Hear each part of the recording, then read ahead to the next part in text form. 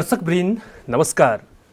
कार्यक्रम जनसंवादको आजको श्रृङ्खलामा यहाँहरूलाई हार्दिक स्वागत छ।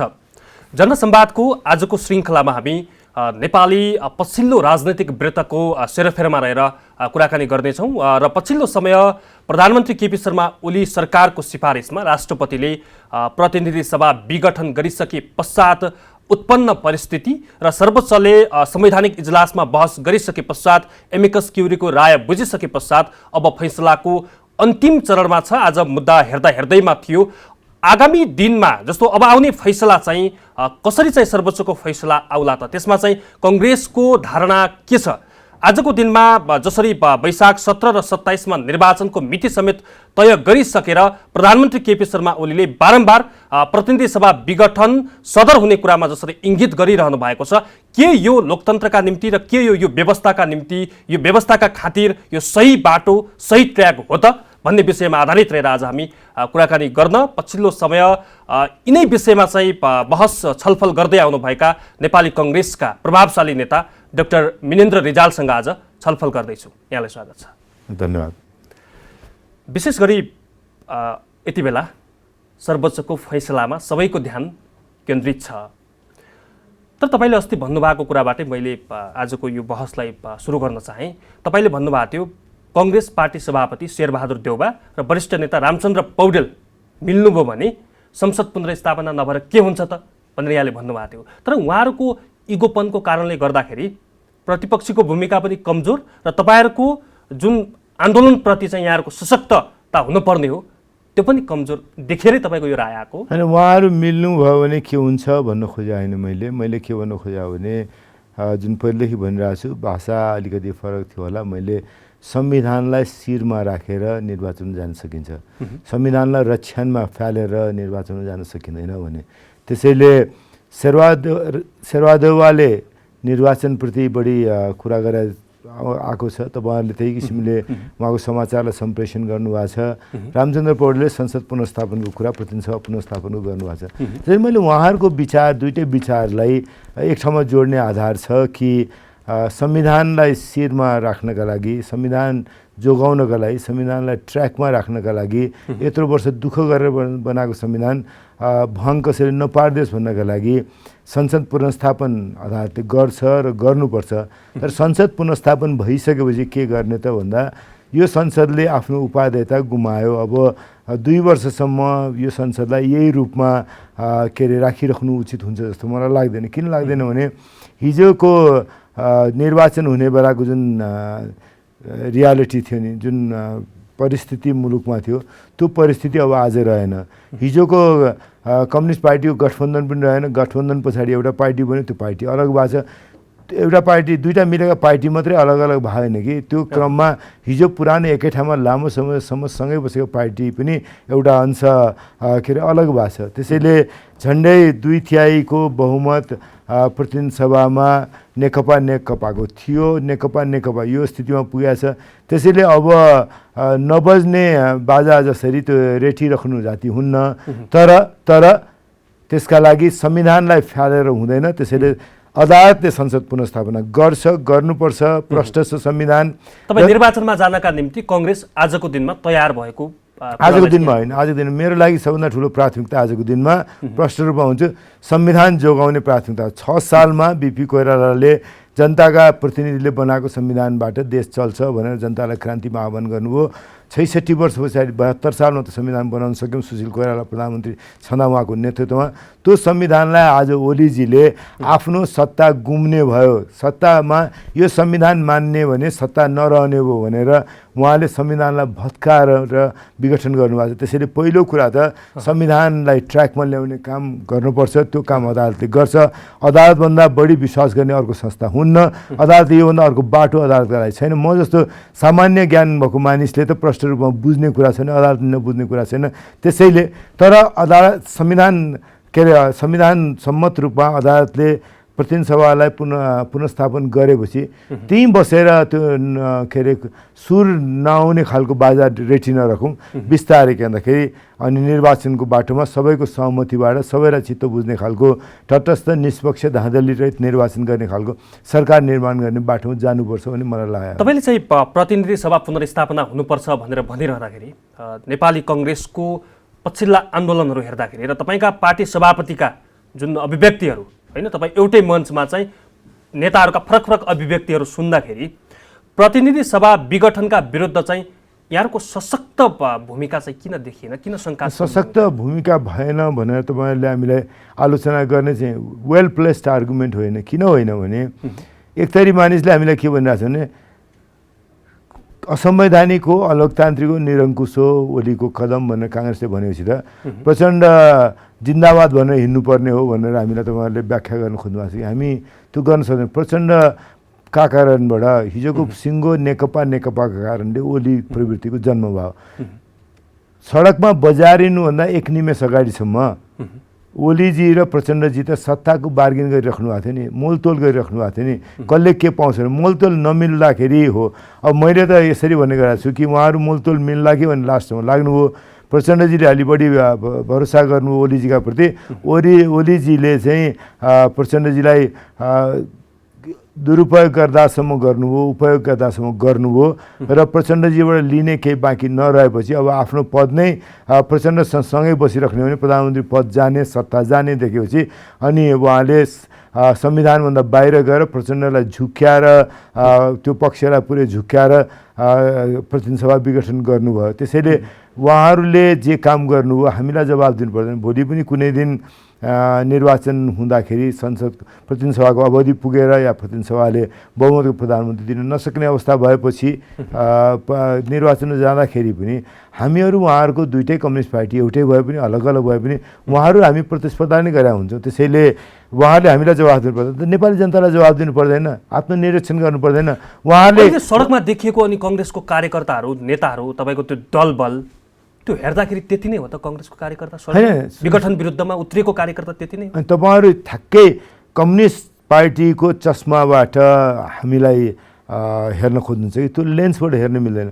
हामी यस्तो पार्टीका कार्यकर्ता हौँ जुन पार्टीको नेता विश्वेश्वर प्रसाद कोइरालाले आफूले नमानेको संविधानको अदालत छँदाखेरि पनि पञ्चायतको अदालतमा पनि 8वटा फाँसीको मुद्दामा पनि बहस गर्नुभयो र के भन्दाखेरि नैतिक जिम्मेवारी लिन्छु। मैले आह्वान गरेको सशस्त्र क्रान्तिका कारण त्यसबाट प्रभावित भएर त्यसको प्रेरणाबाट जे घटना घटे ती घटनाको म नैतिक जिम्मेवारी लिन्छु भनेर अदालतमा जानुभयो। तर 8वटा फाँसीका मुद्दामा म जित्छु, म प्रिभेल गर्छु, सर्वोच्च अदालतले मलाई न्याय गर्छ भनेर सर्वोच्च अदालतमा जानु। अहिलेकै पार्टी सभापतिजी पनि के अरे ज्ञानेन्द्रको निरङ्कुश शासनको बेलामा ज्ञानेन्द्रले असंवैधानिक रूपमा सही आग खडा गरेर उहाँलाई थुन्दाखेरि उहाँ पनि अदालतमा जानु। त्यसैले काङ्ग्रेस पार्टीको मान्छेले त्यो कम्युनिस्ट पार्टी जस्तो अब जस्तो हुनुहोस् न, पूर्व प्रधानमन्त्री बाबुराम भट्टराईजीले एउटा कार्यक्रम माधव नेपालजीले बोलाउनु भएको कार्यक्रम के भन्नु भने अदालतसँग भरोसा छैन भन्नु।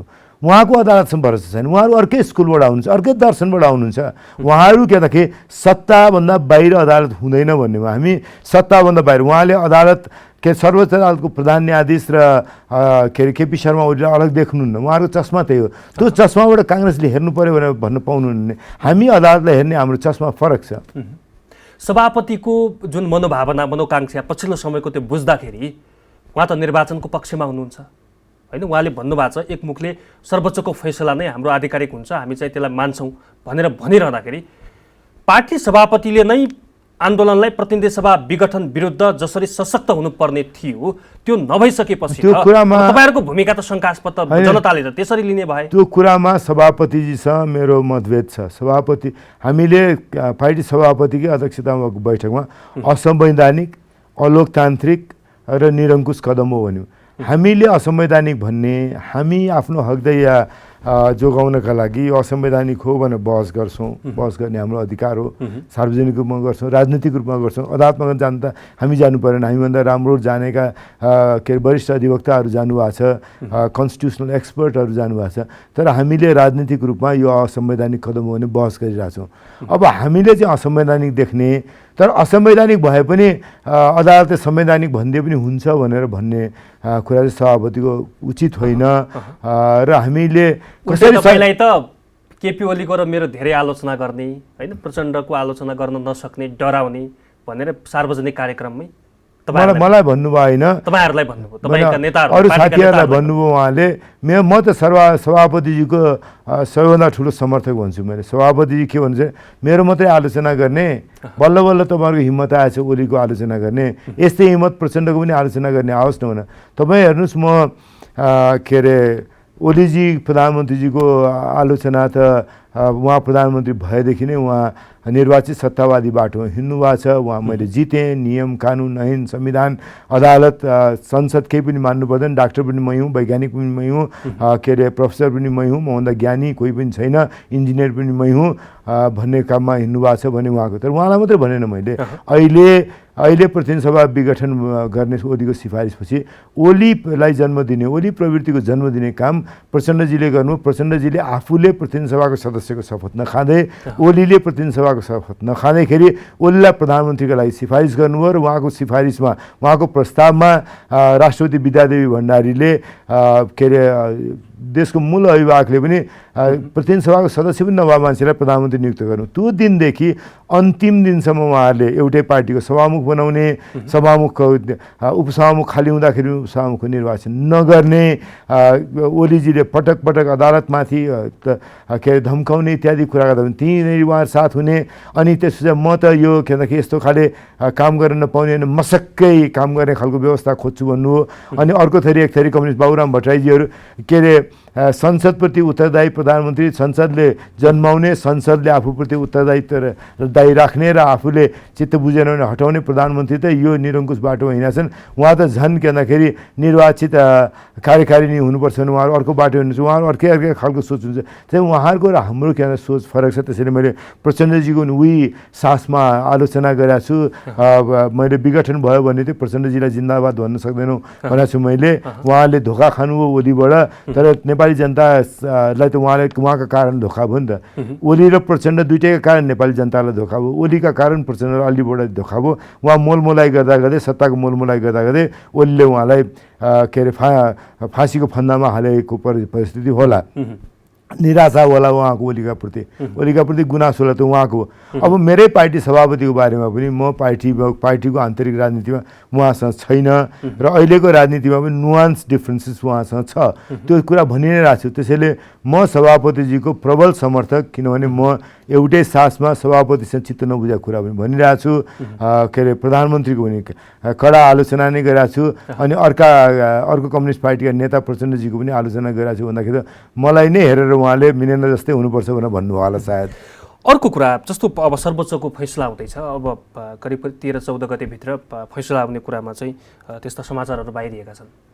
यहाँको अध्ययनले, यहाँको विश्लेषणले के भन्छ? संसद पुनर्स्थापना हुन्छ, प्रतिनिधि सभा म जस्तो सामान्य ज्ञान भएको मानिसले त संविधानमा प्रष्ट लेखा बुझेका छौँ कि बहुमतको प्रधानमन्त्री दिन सक्ने अवस्थासम्म संसद विघटन, प्रतिनिधि सभा विघटन हुन सक्दैन भनेर प्रष्ट रूपमा। फेरि त्यो लेख्दै झुक्केर लेख्या पनि यसमा राम्रैसँग बहस भएर छलफल भएर लेख्या हो। मुख्यतः कम्युनिस्ट पार्टीकै नेताहरूले हामी काङ्ग्रेसहरू त बरु काहीँ न काहीँ प्रधानमन्त्रीलाई अधिकार हुनुपर्छ कि भन्ने हो। मैले त आफै पनि तर्क गरेँ हो। मस्यौदा समितिको त्यो उपसमितिमा पनि थिएँ, कार्यदलमा पनि थिएँ, मस्यौदा समिति ठुलो मस्यौदा समितिमा पनि थिएँ। मैले त्यो उपसमितिमा बसेर यसो गर्ने कि काहीँ त अधिकार दिउँ भन्दाखेरि दुइटै कम्युनिस्ट पार्टी, त्यतिखेरको माओवादी पनि एमाले पनि दुइटैले कहाँ तपाईँले भने जस्तो बनाउनु खोज्या हो र भन्नुभयो। उहाँले भनेको हामीले मान्यौँ। उहाँले भनेको भने बहुमतको प्रधानमन्त्री दिन सक्ने अवस्थासम्म प्रतिनिधि सभा विघटन हुन सक्दैन। त्यो कुरालाई आजका कम्युनिस्ट पार्टी ओली समूहका एकजना नेता होइन कि हिजोको संविधान सभाका अध्यक्ष सुभाष नेमाङले त्यही रूपमा आफ्नो भूमिका गरुन्जेलसम्म प्रष्ट रूपमा राख्नु भएको छ तर्क कि त्यसलाई प्रमाणमा पनि अदालतले दिनुपर्छ। त्यसबेला अहिलेको कम्युनिस्ट पार्टी ओली समूहका एकजना नेताका रूपमा होइन कि संविधान सभाको अध्यक्षका रूपमा उहाँले गर्नुभएको तर्कलाई के अरे अदालतले, मैले फेरि पनि दोहोऱ्याएर भने प्रमाणमा लिनुपर्छ भने। यति मात्रै होइन, हेर्नुहोस् एउटा परिस्थिति आज होइन हो भन्ने पनि समाचार आएको छ, हो भन्ने पनि आएको छ। ओलीजीका महान्याधिवक्ताले राजीनामा गरेनन् होला, गरे होला थाहा छैन। तर महानी अधिवक्ता त त्यहाँ हामीसँग संविधान बनाउने बेला सँगै हुनुहुन्थ्यो। उहाँले गरेको बहस स्वयंले मैले राजीनामा दिएको छैन भनेर अहिले राजीनामा दिनु भएन होला। तर एउटा कुरा प्रश्न के भन्दाखेरि जब तपाईँ ठिक बाटोमा हिँड्नुहुन्न, हिजो अग्नि खरेल र सुभाष नेमाङजीहरू त प्रष्ट रूपमा यी विचार राख्नु भने आज उहाँहरूलाई जे काम गर्नु होला राजनीतिक बाध्यताले गर्नु होला, तर हिजो उहाँहरूले बोलेका कुराहरू कसैले पनि राखिदिँदाखेरि काहीँ न काहीँ मनमा ग्लानी नहोला र उहाँले ऐनामा आफ्नो अनुहार हेरेर सुभाषजीले अग्निजीले हिजो भनेको कुरा सम्झिने नसम्झिने हामीलाई भन्नु परेन। अदालतमा जे बहस गरे भयो, तर अदालतमै गएर पनि ओलीजीको प्रमुख वकिल भएर उहाँले के भन्नु भन्दाखेरि यो राजनीतिक अधिकार हो, यस्तै अधिकार संसदीय व्यवस्था हुन्छ, यस्तै अधिकार के 47 सालको संविधानमा छ भन्नु, यो संविधानमा यो धारामा छ भन्नु भएन, कहीँ पनि भन्नु भएन। प्रधानमन्त्रीसँग राजनीतिक अधिकार रहन्छ भन्नु भने मतलब त उहाँले यो संविधानमा छैन तर राजनीतिक रूपमा यो कुरा मान्देऊ भन्नुभयो नि त। त्यसैले उहाँले भनेको कुरामा त मैले प्रष्ट रूपमा देखिरहेको छु, उहाँ भित्रबाट कन्भिन्स हुनुहुन्न, तर राजनीतिक बाध्यताबाट यो पक्षमा बहस गर्नुहोस्। उहाँको बहसलाई मात्रै हेर्ने भने पनि अदालतले प्रष्ट रूपमा महान्यायाधिवक्ताले नै विघटन गर्ने धारा देखाउन नसकेपछि विघटनलाई सदर गर्ने त कुनै आधारै बन्दैन नि। सुभाष नेमाङलाई हामीले बारम्बार यही स्टुडियोमा बोलाउने प्रयास गऱ्यौँ। उहाँले चाहिँ सर्वोच्चको फैसला आएको दोस्रो दिन बोल्छु भन्नुभएको छ होइन, त्यसपछि के बोल्नुहुन्छ त्यो हेर्दै जाउँला। अनि उहाँले किन भन्नुभयो त एउटा कुरा हेर्नुहोस् न, उहाँले सर्वोच्चको फैसलालाई के अरे प्रभावित पनि गर्न सक्नुहुन्थ्यो, सर्वोच्च फैसलालाई एउटा आधार र एउटा उज्यालो पनि दिन सक्नुहुन्थ्यो संविधान सभाको अध्यक्षहरू। तर त्यो उज्यालो दिँदाखेरि उहाँको राजनीति जुन राजनीतिमा उहाँ जोडिनु भएको छ त्यो राजनीतिलाई बिगार पर्ने भावनाले नबोल्नु भयो। अब भोलि सर्वोच्चले फैसला गरिसकेपछि त बोल्छु भने बडै प्रष्ट रूपमा के उहाँहरू आफ्नो मनमा आफूलाई फेस गर्न सक्नु भएको छैन। अग्निजीले पनि सक्नु भएको छैन, सुभाषजीले पनि सक्नु भएको छैन, अरू कसैले पनि सक्दैन। अब यदि यो हामी अनुमान गरौँ प्रतिनिधि सभा विघटन सदर भएको खण्डमा चाहिँ कांग्रेसको भूमिका के रहन्छ? गर्न सक्दैन। मैले कसरी अदालतलाई अपमान गर्ने, अदालतको मानहानि गर्न सक्दैन। संविधानमा प्रष्ट लेखेको कुरा नगरेर अदालतले संविधानभन्दा बाहिर गएर निर्णय गर्छ भनेर मैले अदालतलाई मानहानि गर्न सक्दिनँ। म तपाईँ विश्वस्त हुनुहुन्छ? मैले भने नि अदालतले प्रष्ट रूपमा संविधानमा लेखेको कुरा चाहिँ गर्दैन। म मिनेन्द्र रिजालले बुझाएको छु असंवैधानिक हो भनेर, मेरो पार्टी काङ्ग्रेसले बुझाएको छ असंवैधानिक हो भनेर, तर अदालतले बुझ्दैन अथवा बुझ्यो भने बुझ पचाउँछ भनेर अदालतको मानहानि गर्छु मैले, गर्दैन नि। म अदालतप्रति विश्वास छ, त्यसैले अदालतलाई मानहानि गर्दिनँ मैले। अब आजको दिनमा जस्तो प्रधानमन्त्रीका पछिल्ला जति पनि क्रियाकलापहरू यहाँले हेरिरहनु भएको छ, निहालिरहनु भएको छ, उहाँले चाहिँ अध्यादेश ल्याएर भए पनि कुनै निर्णय गराउनेदेखि लिएर गराउनेदेखि लिएर जति पनि कामहरू उहाँले गरिरहनु भएको छ, त्यो परिदृश्य हेर्दाखेरि चाहिँ, त्यो सिनारियोलाई हेर्दाखेरि चाहिँ एक थरीले यस्तो पनि आकलन गरिरहेको छन् प्रतिनिधि सभा विघटन सदर हुन्छ। अनि एउटा कुरा नि, ओलीजीसँग मान्छे किन यसरी डराएको?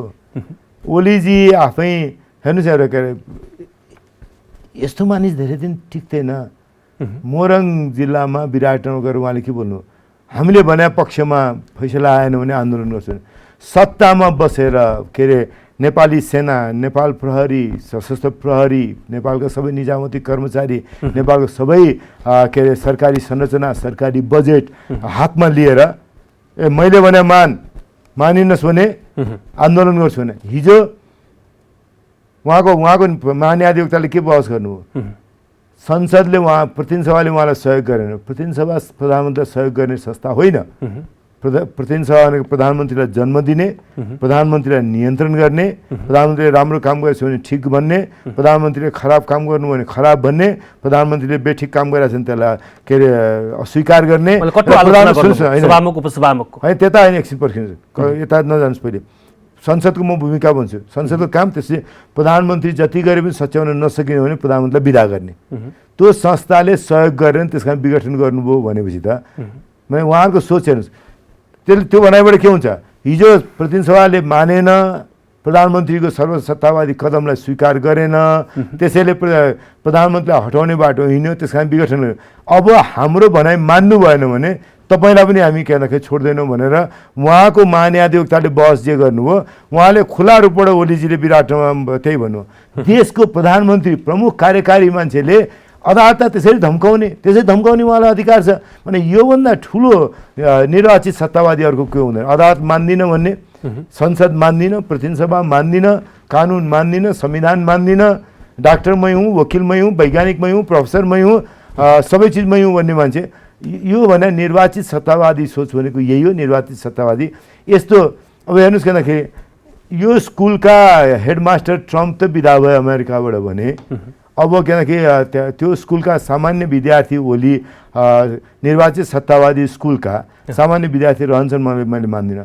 अब सत्तावादी बाटोमा जाने हो भने अधिनायकवादी बाटोमा जाने हो भने मान्छेले अरिजिनल खोज्छ कि डुप्लिकेट खोज्छ। हिजोको अरिजिनल ज्ञानेन्द्र बिदा भयो भने डुप्लिकेट ओलीलाई कसले बोकिराख्ला, बोकिन्न हुने। त्यसैले प्रधानमन्त्रीले निराशा बोलिरहनु भएको छ, कुण्ठा बोलिरहनु भएको छ, सत्ता जाने पीडा देखेर संसद विघटन गर्नु हो। फेरि अब संसद आउने बेला हुन थालिसकेपछि उहाँलाई के चिन्ता भएको छैन, अब त जाने हो मेरो हातबाट भनेर त्यही कुण्ठा बोलिरहनु। उहाँले त अरू विकल्पै छैन नि त। अब चाहिँ जुन उहाँले चाहिँ अँध्यारो सुरुङतर्फको आफ्नो यात्रा तय गरिसकेपछि त तपाईँले भन्नुभयो उहाँ त भोलि अधिनायकवाद नलाद्नु होला भन्ने त विश्वास गर्ने वातावरण अझै। तर अहिले पनि मैले के अरे उहाँलाई के अरे त्यो बाटोमा गलत बाटोमा अगाडि बढ्नलाई मैले एन्करेज गर्नु हुँदैन कि समय एउटा बिन्दुमा पुगेपछि उहाँले पनि बुझ्नुपर्छ कि संविधानले मेरो बाटो बेठिक बनाएको छ, म यस्ता हिँड्नु हुँदैन। अब ट्रम्प त एउटा बिन्दुमा पुगेपछि हार खाएर संविधान कानुन मान्न तयार भयो भने त्यही स्कुलका सामान्य विद्यार्थी अब उहाँको निर्वाचित सत्तावादी स्कुलका हेडमास्टरले त अन्ततः संविधान कानुन मान्यो भने ट्रम्पबाटै सिकेर भए पनि संविधान कानुन मानेर हिँड्नुभयो हुन्छ नि। उहाँलाई म दुरुत्साहन गर्न चाहन्न। संविधान नमान्ने बाटोमा अधिनायकवादी बाटोमा हिँड्नका लागि दुरुत्साहन गर्न चाहन्न। उहाँले त फेरि जनमत मेरो पक्षमा छ, जनताले मलाई साथ दिइरहेको छन्, हिजोका दिनमा काम गर्न नपाइसकेपछि मैले यो बाध्यात्मक कदम चालेँ भनेर जसरी काउन्सिलिङ गरिरहनु भएको छ। जनताको दुहाई त जहाँसुकै तानाशाहहरूले दिने गरेका छन्। जहाँ पनि तानाशाहहरूले शासन गर्छन् जनताको नाममा शासन गर्छन्। जनताको प्रतिनिधि संस्था के हो? प्रतिनिधि सभा होइन? त्यो प्रतिनिधि सभामा जाउँ न। प्रतिनिधि सभामा जनताले चुनेर पठाएको संस्था कुन हो? प्रतिनिधि सभा होइन? त्यो संसद होइन? संसदमा आउनुहोस् न त प्रधानमन्त्री, किन त्यसलाई विघटन गर्नु हो? जनता तपाईँको पक्षमा छ भने जनताको प्रतिनिधिको ठाउँमा आउनु पर्थ्यो नि। जनताको प्रतिनिधि संस्थालाई विघटन गर्ने अनि जनता मसँग छ भन्ने, योभन्दा के भन्दाखेरि असङ्गतिपूर्ण तर्क के हुन्छ? सडकमा देखिरहनु भएको छ उहाँको पक्षमा लागेका नारा, जुलुस होइन, उहाँको पक्षमा चाहिँ जुन जनमत देखिरहेछ नि, यसले चाहिँ उहाँ दिन प्रतिदिन प्रफुल्लित हुँदै गएको त भानुहुन्छ होइन? होइन, ज्ञानेन्द्रलाई के लागेको थियो? हेर्नुहोस्, मैले ज्ञानेन्द्रका प्रति कटुता मेरो अब छैन, किनभने आज मुलुकमा राजतन्त्र छैन, ज्ञानेन्द्र सत्तामा हुनुहुन्न। कसैले सुन्दाखेरि नि किन ज्ञानेन्द्रको बारेमा बोलिरहेको छ मिनेन्द्रले भनेर भन्नु होला, त्यो राम्रो पनि हुन्न। तर हिजो जुन बेला ज्ञानेन्द्र शासन गर्नुभएको थियो उहाँले संविधानमै नभएको व्यवस्था भनेर बाधा अड्काउ फुकाउने भनेर 127 धाराबाट मलाई अधिकार छ भन्ने व्याख्या गर्नुभयो, शासन लिनुभयो। उहाँलाई पनि लागेको थियो सब जनता खुसी छन्, देशभरि घुम्नुभएको थियो, जहाँसुकै किनकि भिड यति ठुलो आएको थियो।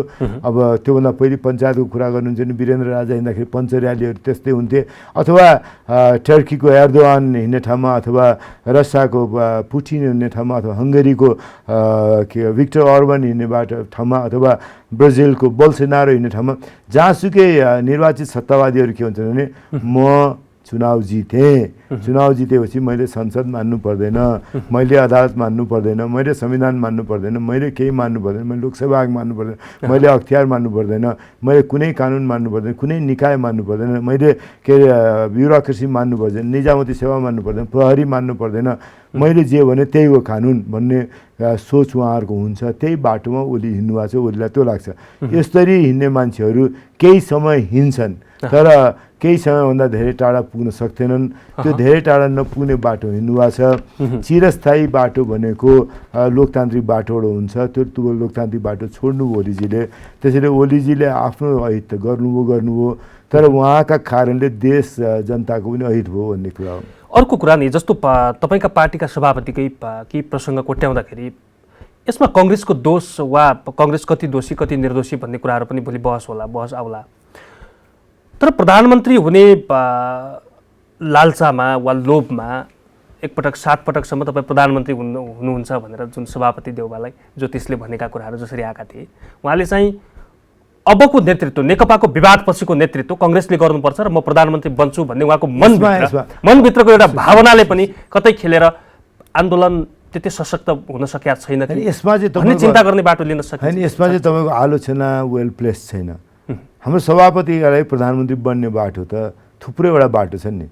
पुनर्स्थापन हुँदाखेरि पनि प्रधानमन्त्री बन्ने बाटो छ, निर्वाचन हुँदाखेरि पनि प्रधानमन्त्री बन्ने बाटो छ। त्यसैले उहाँलाई प्रधानमन्त्री अहिले सजिलो बाटो छ झन् पुनर्स्थापना त झन् सजिलो छ, केही गर्नै पर्दैन, चुनावमा प्रचार गर्न पनि जानु पर्दैन, यसै पुनर्स्थापना हुने बित्तिकै हुने बाटो छ। त्यसैले यसमा चाहिँ यो आलोचना चाहिँ के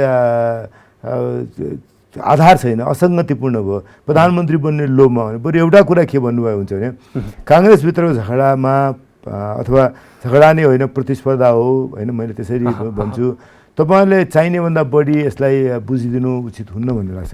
काङ्ग्रेसभित्र एउटा मात्रै हाम्रो डिफ्रेन्सेस छ, जे भन्यो भने मूल डिफ्रेन्सेस चाहिँ एक थरी काङ्ग्रेस पार्टीमा चुनाव भएर 275वटा टिकट बाँडेर प्रत्यक्ष समानुपातिक महाधिवेशन पुगौँ भन्ने इच्छा होला। अर्को थरीको इच्छा के होला भने महाधिवेशन गरौँ अनि त्यसपछि 275 टिकट बाँडौँ भने त्योभन्दा बढी काङ्ग्रेसमा विभेद नै छैन, त्योभन्दा बढी भिन्नता नै छैन, त्योभन्दा बढी अर्को छैन। त्योभन्दा बढी चाहिँ तपाईँहरूले बुझ्दाखेरि अलिअलि मसला हाल्नुभयो। फेरि मैले दोहोऱ्याएर भने चुनाव गरेर महाधिवेशनमा जाने कि महाधिवेशन गरेर चुनावमा जाने भन्ने कुरा काङ्ग्रेसमा त्यहाँ चाहिँ हाम्रो स्वार्थ बाजिया छ होइन। तपाईँले आफ्नो पार्टीका सभापतिलाई चाहिँ त्यति धेरै आलोचना गर्न नसकेर पनि हुनसक्छ। कतिपय कुराहरूमा त संवैधानिक नियुक्तिसँग पनि उहाँलाई जोड्ने गरिन्छ।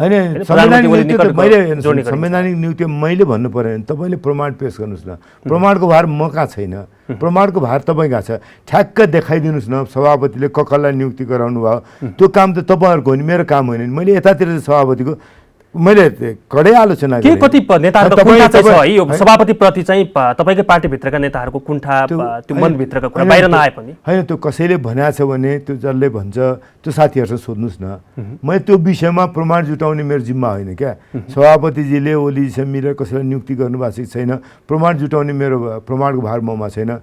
मैले पार्टीभित्रको कुरा त मैले यसलाई के भाषा जस्तो भन्नु होला आलोचना भन्नुहुन्छ नि, कडै आलोचना मान्छु मैले। हामी कहाँ भिन्नता छ, चुनाव गरेर महाधिवेशन जाने कि महाधिवेशन गरेर चुनावमा जाने। अनि मैले भने चुनाव गरेर महाधिवेशन जाने सोच चाहिँ त्यो सोचलाई हामीले धेरै बढी प्रेस गऱ्यौँ भने त्यसले असंवैधानिक बाटोतर्फ जानलाई ओलीजीलाई दुरुत्साहन प्राप्त हुन्छ कि भन्ने चिन्ता हो भनेर भनेको छ। त्यहाँभन्दा बियोन्ड भनिराख्नुपर्ने आवश्यकता मैले छैन नि त। सुरक्षा परिषदको बैठक डाक्नुभयो प्रधानमन्त्रीले, त्यसपछि लगत्तै मन्त्री परिषद क्याबिनेट होइन बस्यो।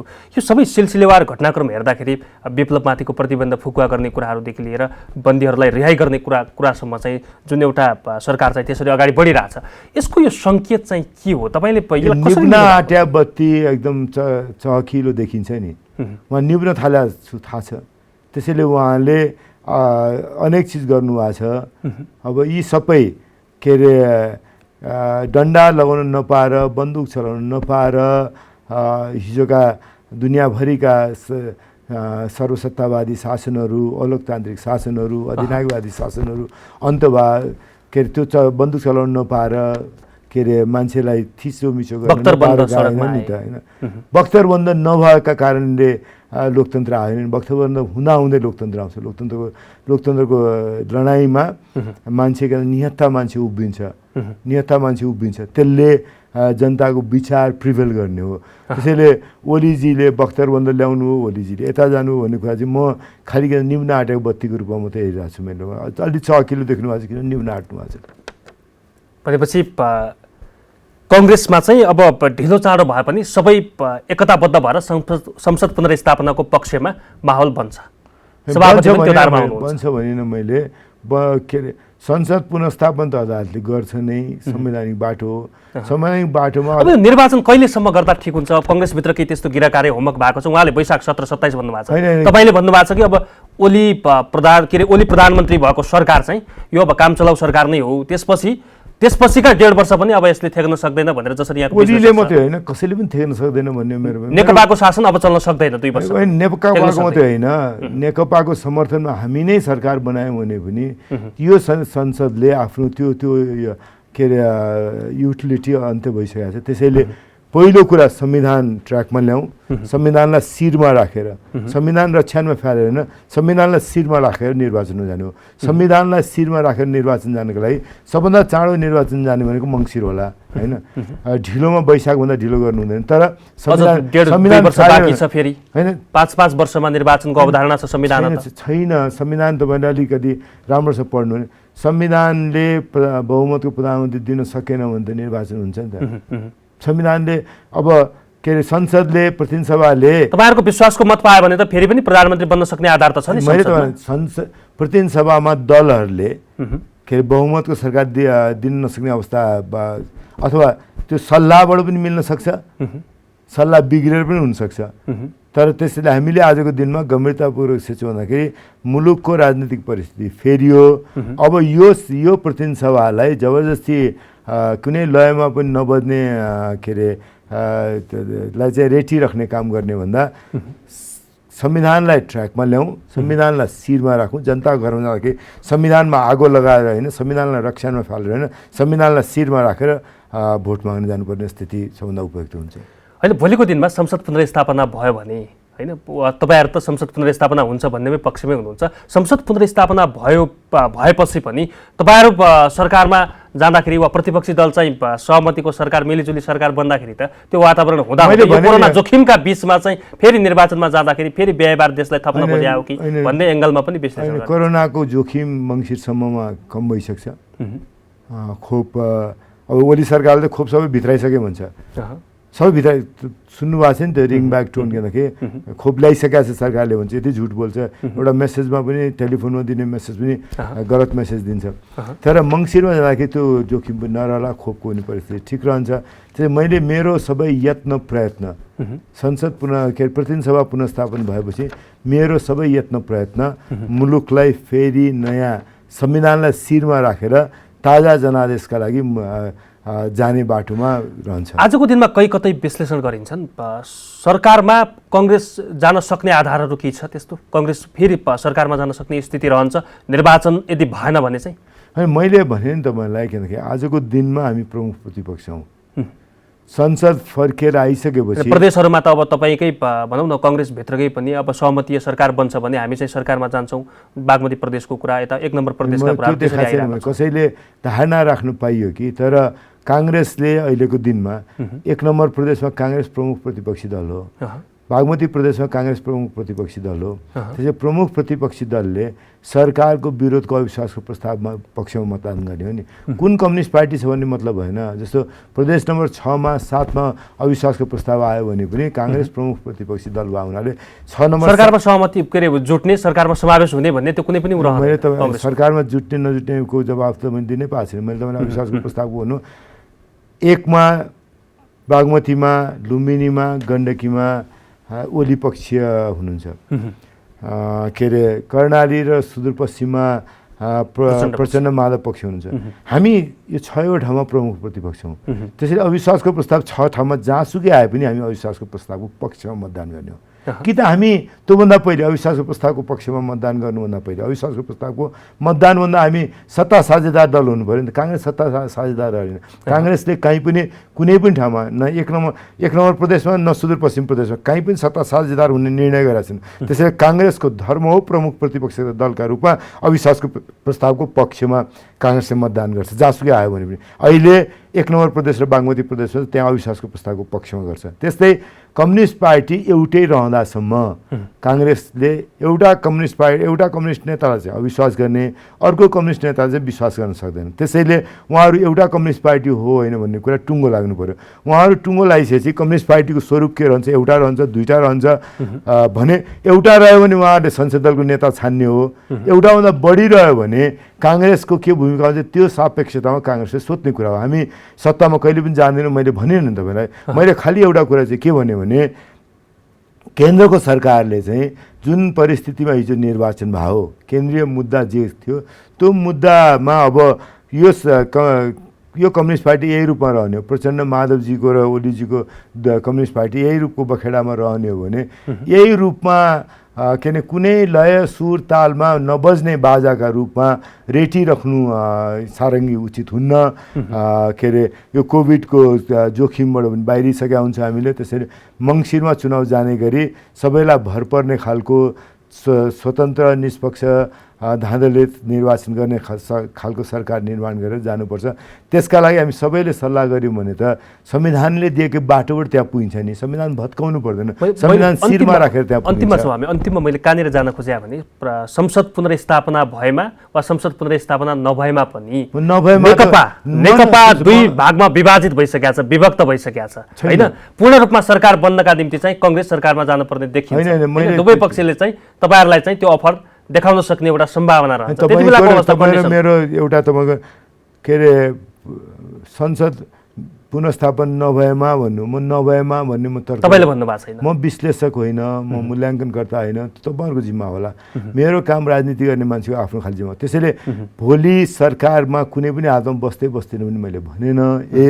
एक नम्बर प्रदेश पनि बस्दैन, बागमती पनि बस्दैन, केन्द्र पनि बस्दैन, सातमा पनि बस्दैन। तर हामी सँगसँगै सत्ता साझेदार र सँगसँगै के भन्दाखेरि प्रमुख प्रतिपक्षी दल हुँदैनौँ। आजको दिनमा प्रमुख प्रतिपक्षी दल छौँ। त्यसैले कहीँको पनि कुनै पनि सत्ता एक नम्बर प्रदेशदेखि सुदूरपश्चिमसम्म कहीँ पनि अविश्वासको प्रस्ताव आयो भने त्यसको पक्षमा भोट हाल्छौँ हामीले। र कम्युनिस्ट पार्टी एउटा हुँदासम्म एउटा कम्युनिस्ट पार्टीलाई अविश्वास गर्ने, अर्को कम्युनिस्ट पार्टीलाई विश्वास गर्ने गर्न सक्दैन हामीले। एक नम्बर कुरा त्यो भने। दोस्रो कुरा, हामीले कुनै कम्युनिस्ट पार्टीलाई समर्थन गरेनौँ भने पनि त केन्द्रमा अनि त निर्वाचनमा जाने बाटो त झन् बन्यो नि त।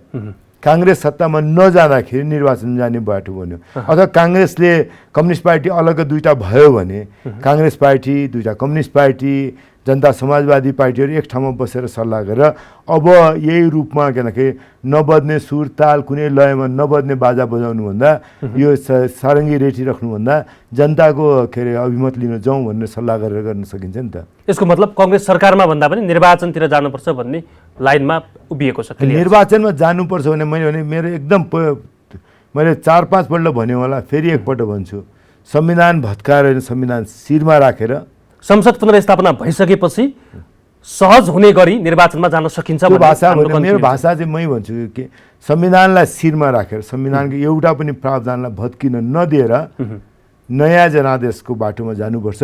त्यो नयाँ जनादेश मङ्सिरभन्दा अगाडि गर्न सकिन्न। ढिलोमा के अरे 79 वैशाख, चाँडोमा 78 मङ्सिरमा गर्न सकिन्छ भन्ने मलाई लाग्छ।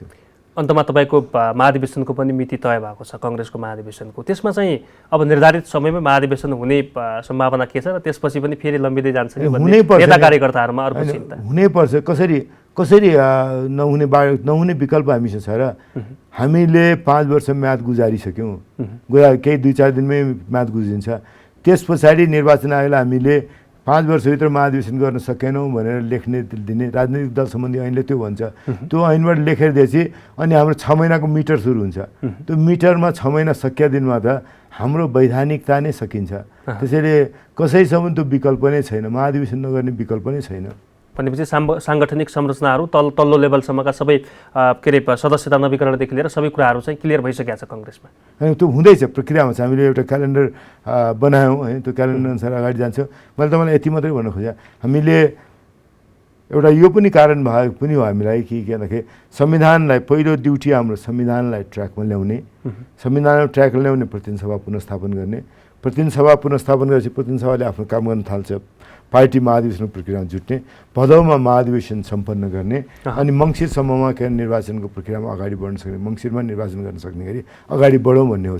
तपाईले यति धुमधामसँग महाधिवेशन गरिरहँदाखेरि त्यो पछाडिको 2 महिनाले चाहिँ त्यो समय भ्याउँछ निर्वाचनमा सहज हुन्छ। तपाईले एउटा कुरा के देख्नुहुन्छ भने अमेरिकामा अथवा फेरि अब निर्वाचन नजिकै गयो, निर्वाचन आउँदैछ मङ्सिरमा भनेर फेरि यताको महाधिवेशन सर्ने सम्भावना कतिको? सर्नै मिल्दैन। एक दोस्रो कुरा, तपाईहरु खालि यति के अरे इन्ट्रोभर्ट नहुनुहोस् न कि दुनियाँमा चुनावको बेलामा पार्टीहरूले महाधिवेशन गर्छ। अमेरिकामा पार्टीको महाधिवेशन हुन्न, क्यान्डिडेट सेलेक्सन पछाडि बेलायतमा हुन्न।